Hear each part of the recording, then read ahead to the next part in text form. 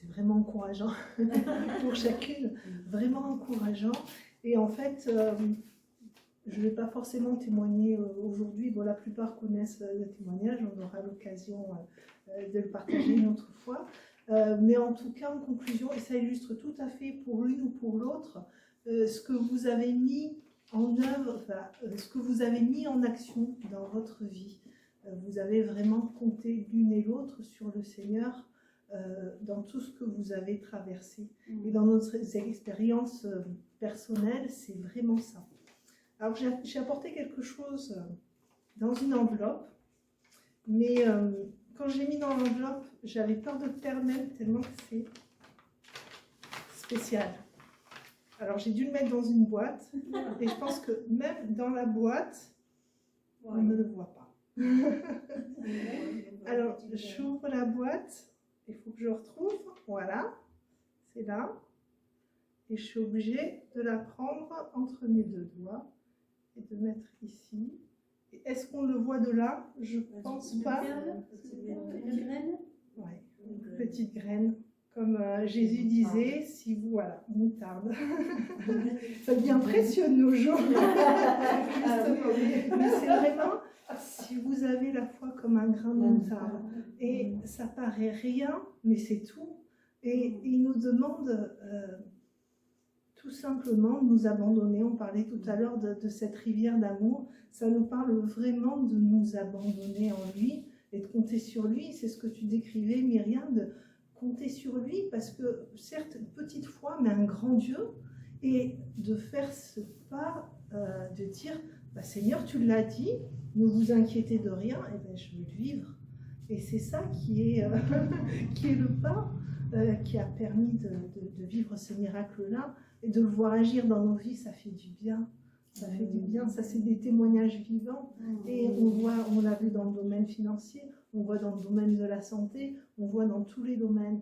Et ce que je voulais apporter aussi, le nom du Seigneur, quand le Seigneur il s'est révélé à Moïse, et que Moïse a osé demander à Dieu quel est ton nom, Yahweh, nous bien sûr on ajoute le A, on ajoute le E, mais si on le fait en prononciation, ça fait... Hein, c'est vraiment la respiration. Je suis celui qui est, je suis celui dont tu as besoin, qui suis. Et quelque part aussi, je suis tout ce dont tu as besoin dans toutes les situations où tu as besoin. Tu as besoin de guérison, je suis l'Éternel qui te guérit. Besoin de sécurité, je suis El Shaddai. Tu as besoin de me voir en tant que grand guerrier, je suis celui qui combat pour toi. Donc vraiment, ayant cet encouragement de mettre notre foi en action, même si ça demande peut-être des temps d'insécurité, on voit qu'il est là. On voit qu'il est là dans nos vies. Amen. Alors vraiment, soyez encouragés. On va écouter notre sœur Patricia. Elle vient nous parler d'Aglo et nous encourager encore par le message. Voilà, écoutez, je suis heureuse d'être au milieu de vous. Je vais vous dire ce que c'est Aglo, parce que peut-être beaucoup, certains n'ont pas entendu parler. C'est une œuvre chrétienne. Au départ, c'était une œuvre pour les femmes. Voilà. Donc ça a commencé en fait avec les hommes d'affaires de plein évangile. Il y a des sœurs qui étaient aux États-Unis, dont les maris étaient aux hommes d'affaires de plein évangile. Et quand elles ont vu ce que leur mari vivait, elles ont dit, mais nous les femmes, pourquoi on ne ferait pas quelque chose, nous aussi, pour les femmes? Et en fait, elles ont prié et le Seigneur les a conduites à ouvrir leur maison et à recevoir les copines, les voisines, les collègues de travail pour partager des témoignages et autour d'un café, tout simplement. Et ça a tellement bien marché que ça a fait boule de neige, il y a eu des conversions et c'est passé d'église en église et en très peu de temps, ça fait une traînée de poudre dans tous les États-Unis. Il y a plein de femmes qui se sont levées, qui ont fait la même chose et ça a commencé comme ça à Aglo. Et ça c'était en 1967. Donc ça fait un moment. Et donc, ces sœurs, ça a même dépassé leur entendement en fait. Parce que maintenant, Aglo est présent dans 170 pays. C'est une œuvre énorme. On est des milliers de femmes et même d'hommes maintenant. Parce que depuis 2003, il y a eu des frères aussi qui ont ouvert des groupes Aglo-Hommes.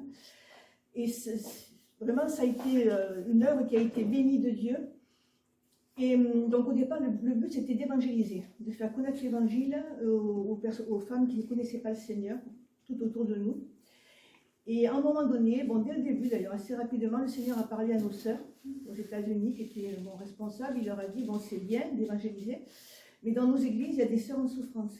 Ça ne veut pas dire parce qu'on est chrétien que tout va bien. D'ailleurs, je crois qu'avec ce qu'on vient de partager, on voit qu'il y a des épreuves, même quand on est chrétien. Donc, il y a des femmes en souffrance, et le Seigneur avait dit aux sœurs, il faut que vous pensiez aussi aux femmes qui sont en souffrance, et que vous vous occupiez d'elles, que vous les accompagniez pour les aider. Et à partir de ce moment-là, il y a des sœurs qui ont fait des formations en relation d'aide. Elles ont commencé à rentrer dans ce ministère-là de guérison, de restauration. Après, il y a eu d'autres paroles qui ont été données pour évangéliser les musulmans, pour prier pour le peuple juif, parce que bon, il y a des enjeux aussi sur le peuple juif. Donc il y a eu d'autres mandats, mais voilà. Mais ce qu'il y a, c'est qu'au niveau de la restauration et de la guérison des femmes, je crois qu'Aglo a une onction particulière. Et ça, moi, je l'ai vu, parce que ça fait depuis 1997 que je suis dans Aglo. Je suis responsable depuis 1998. Et combien de femmes j'ai vu venir vraiment mal, avec des problèmes, avec beaucoup de tristesse et beaucoup de fardeau, et repartir quelques années après, elles sont transformées. Voilà. Elles sont transformées parce qu'il y a une onction de guérison et de restauration vraiment sur cette œuvre. Alors ça ne dépend pas de nous, hein. C'est le Seigneur qui fait les choses. Hein. Ça, nous, on fait ce qu'on peut, on accompagne, on écoute, on conseille, on prie beaucoup. Aglo, une des bases de l'œuvre, c'est la prière. C'est un des fondements, la prière. On ne fait rien sans la prière. Et beaucoup de femmes ont été bénies. Donc c'est une œuvre qui est vraiment une bénédiction, qui a été une bénédiction dans ma vie aussi. Voilà. Et donc c'est un peu ça que je voulais vous partager, c'est que bon, moi quand je suis venue dans Aglo, j'étais aussi comme ces femmes-là, pas vraiment bien du tout. Voilà, donc j'ai convertie depuis de nombreuses années, parce que je me suis convertie en 1975 et j'ai reçu l'appel donc en 1997, donc ça faisait quand même bien des années que je...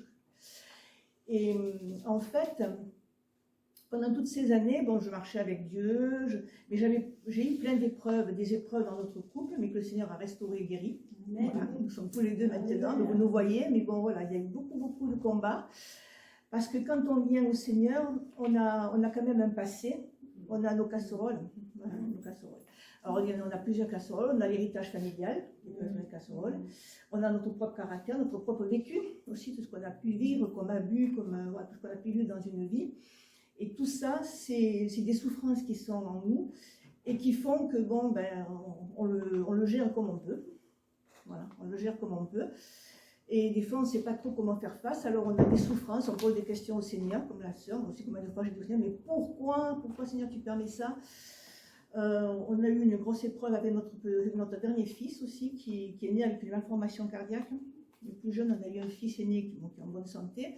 Et le deuxième, Michael, est né avec une malformation cardiaque grave. Donc ça a été une épreuve, à la fois une épreuve dure et à la fois une bénédiction extraordinaire du Seigneur. Parce que bon, quand il est né, on ne nous a pas dit qu'il vivrait, on ne savait pas trop. C'était, voilà. Ils arrivaient à opérer cette opération-là, c'est ce qu'il avait besoin, mais il fallait attendre 9 mois ou 1 an. Et entre-temps, bon, ils ne savaient pas s'ils s'en sortiraient. Et donc, l'Église qui nous aimait beaucoup et que nous on aimait beaucoup, ils nous ont beaucoup prié pour nous, ils ont jeûné, ils ont prié. Il y a eu beaucoup de frères et sœurs qui nous ont soutenus. Et ma famille, j'étais pas chrétienne, j'étais la seule convertie dans ma famille à ce moment-là. Du côté de mon mari, oui, mais pas de mon côté à moi. Mon côté à moi, il n'était pas chrétien. Donc, bon, il a fallu faire face à tout ça. Et donc, il y a eu, bon, pendant 1 mois, 2 mois, et après, à un moment donné, bon, ils nous ont téléphoné un jour, un soir, là, ils nous ont dit, écoutez, votre fils ne va pas du tout, il faut qu'on l'opère d'urgence. Il avait 28 jours. Il avait 28 jours. Ils nous ont dit, il ne tiendra pas 9 mois ou 1 an. Si on ne l'opère pas d'urgence, il est perdu. Alors, est-ce que vous êtes d'accord? Oui, évidemment, on est d'accord pour qu'on l'opère. Et ce qui s'était passé, c'est que quelques temps avant, on avait discuté avec une sœur, c'est une femme de pasteur qui est partie avec le Seigneur maintenant, et elle nous avait dit, Dieu ne permettra pas que votre épreuve dure si longtemps. Elle, sa propre fille, avait été gravement malade, et le Seigneur l'avait miraculeusement guérie au bout d'1 mois. Au bout d'1 mois, ils ont su que leur fille était guérie. Et là, elle m'a dit, il ne permettra pas que vous viviez une épreuve plus que moi j'ai vécu avec ma fille Laetitia. Donc, au bout d'1 mois, voilà, 1 mois. Elle m'avait donné l'expérience d'1 mois. On a opéré notre fils à 28 jours. Elle était d'ailleurs venue à Lyon, elle avait passé tout l'après-midi, elle avait été opérée, ça avait duré 7 heures, enfin ça avait été long. Et là, intérieurement, je priais, mais j'avais la conviction qu'il allait s'en sortir, je le savais. Voilà, je le savais, personne ne peut me... Voilà, je le savais, c'était le Seigneur qui me le tient dans le cœur. Il y avait un combat, il y avait un sacré combat. Et puis, en fin d'après-midi, ils nous ont dit, bon, il a été opéré, ça s'est relativement bien passé, mais il y a 48 heures de phase critique où son pronostic vital est engagé. Alors, c'était le 24 décembre, hein, donc le 25, en plein Noël. Enfin bon, voilà, on avait notre l'aîné aussi qui ne comprenait pas pourquoi son petit frère ne venait pas, voilà. Et j'avais la conviction que ça allait bien se passer. Quand le chirurgien nous a dit ça, j'avais une paix intérieure qui dépasse l'intelligence. On était dans la voiture, on est rentré à la maison, et, parce qu'il était évidemment en réanimation, on ne pouvait pas rester. Ils nous ont juste montré quelques minutes, il fallait qu'on parte. Et j'avais ce cantique, quel repos céleste Jésus m'a donné. Je chantais ça dans la cabine. C'était un truc de fou, parce que dans la situation comme ça, une maman, j'avais une paix, mais qui dépasse l'entendement. La présence de Dieu dans la voiture, comme voilà, très très forte. Et donc évidemment, il a vécu les 48 heures, il s'en est sorti. Voilà. Alors ils nous ont dit, il va être fragile, bon, ils nous ont dit plein de choses, mais finalement, Michael, bon, il s'en est très bien sorti, il n'a pas été si fragile que ça, pendant toute ça, voilà. La seule chose, c'est que pendant qu'il était, avant qu'on l'opère, il avait eu, en fait, c'est un problème d'oxygénation, ce qu'il avait eu, parce que ça s'oxygénait mal, donc ça avait créé un retard chez lui. Donc il n'a pas pu suivre un cursus normal, scolaire, il était en CLIS, donc il a fallu s'en occuper, on était tout le temps avec lui, avec les orthophonistes, avec à le suivre. Voilà, c'est un enfant qui a eu des difficultés. Et bon, il a eu du mal aussi pour trouver un métier. Il voulait faire menuisier, bon, il n'a jamais réussi à avoir son CAP, mais il a fait quand même des études. Finalement, il travaillait en ESAT. Il a travaillé en ESAT dans un atelier de menuiserie. Et Dieu, bon, c'est un petit qui a donné son cœur au Seigneur tout jeune. Voilà. Il n'a jamais dévié, il a toujours, maintenant il a 39 ans, ça fait un moment. Hein. Et Michael, donc il marche avec Dieu. Il est fidèle au Seigneur. Et Dieu l'a béni. Dieu l'a béni d'une manière extraordinaire. Parce qu'il avait réussi à passer son permis. À un moment donné, il est sorti de l'ESAT, il a pu avoir son logement à lui. Il se débrouille tout seul, il a son, voilà. Et là maintenant, il a rencontré une jeune femme, il va se marier au mois de février. Et ça, c'est vraiment une grâce extraordinaire de Dieu. Quand je vois le cheminement, bon, à un moment donné, il n'allait pas bien parce qu'il était dépressif, parce que bon, quand il est sorti de l'ESAT, c'était un peu difficile pour lui. Mais vraiment, le Seigneur l'a béni d'une manière qui dépasse l'entendement. Et bon, dans ma famille, ils n'étaient pas convertis. Hein. Il y a ma mère qui s'est convertie au dernier moment. Et il y avait ma marraine qui était athée, qui voulait rien savoir de Dieu. Et elle avait été restée des années sans le voir. Et après, quand mon père est rentré à l'hôpital, elle était allée à l'hôpital le voir, elle a rencontré Michael. Après, au téléphone, elle me dit, mais il a tout rattrapé de son retard, ton petit. Mais qu'est-ce qui s'est passé? Ah ben, c'est le Seigneur. C'est le Seigneur. C'est pas un hasard, il n'y avait que Dieu qui pouvait faire ça, en fait. Voilà, donc le Seigneur l'a restauré, l'a rétabli de manière merveilleuse. Et on voit comment Dieu intervient d'une manière extraordinaire dans nos vies. Je vais vous témoigner aussi comment ma mère s'est convertie. Alors ma mère, c'est pareil. Bon, moi, quand je me suis convertie, elle n'était pas du tout contente. Mais bon, mon père était plus cool, ma mère était vraiment pas contente. Et après, bon, à un moment donné, elle a eu Alzheimer. Alors, quand Alzheimer a été déclaré, qu'on a su qu'elle avait Alzheimer, j'ai dit, Seigneur, mais comment faire? Parce que moi, tant qu'elle n'avait pas Alzheimer, je pouvais parler de toi, je pouvais avoir un contact, mais si elle perd la notion de tout, si elle est plus... Comment faire pour lui parler de toi? Comment elle va se convertir? Comment... Et je me posais beaucoup de questions, et effectivement, bon, elle perdait, elle le reconnaissait quand même, elle nous a reconnu jusqu'au bout, mais elle perdait la notion du temps, elle mélangeait dans la famille, enfin, elle ne savait plus où elle était, enfin, voilà, elle mélangeait tout, elle voyait quelque chose à la télévision, elle croyait que c'était vrai, que ça s'était passé devant sa porte, par exemple. Elle ne savait plus faire un café, elle ne savait plus, voilà. Donc elle était vraiment pas bien, quoi. Et mon père qui était toujours là, qui s'occupait d'elle. Il y avait ma soeur, on allait la voir. Ma soeur non plus n'était pas convertie, toujours pas d'ailleurs. On allait la voir tout le temps. Et à un moment donné, mon père, qui n'avait jamais mis les pieds dans un hôpital, il a été malade. Donc ils ont été obligés de le rentrer à l'hôpital parce qu'il avait de l'eau dans les poumons. Et ils voulaient l'opérer. Et en fait, finalement, ils ne l'ont pas opéré, ils ont donné des remèdes et ça a suffi pour évacuer l'eau. Mais pendant tout le temps où elle était à l'hôpital, où lui était à l'hôpital, on ne pouvait pas laisser ma mère seule. Il y avait des infirmières qui venaient matin et soir, il y avait l'aide ménagère, mais on ne pouvait pas la laisser seule une seconde avec sa maladie. Donc avec ma soeur, on se relayait. Alors ma soeur travaillant pas, elle était la journée, moi comme je travaillais, j'y allais la nuit, j'allais dormir avec elle, la nuit j'étais là-bas. On s'était arrangé comme ça.